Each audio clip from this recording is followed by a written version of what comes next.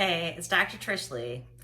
Okay, today I want to talk about how to stay calm when there are difficult things happening in your world or our world, and how to avoid becoming what I call incited by the media.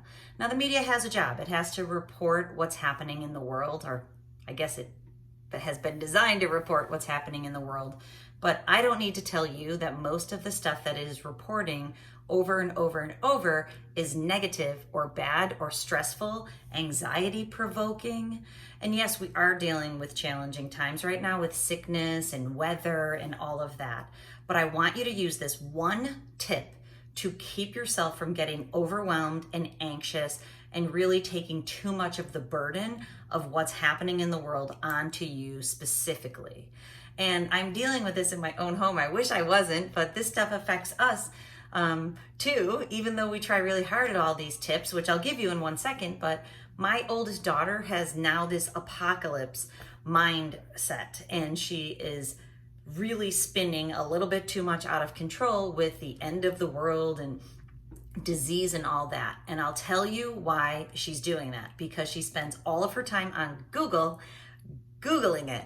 And it made me think, back when I was in grad school, I spent all of my time in the library because that's where the information was, and information makes me feel good. It makes a lot of people feel good. She's spending all of her time on Google because she wants to know what's going on in the world, but it's impacting her.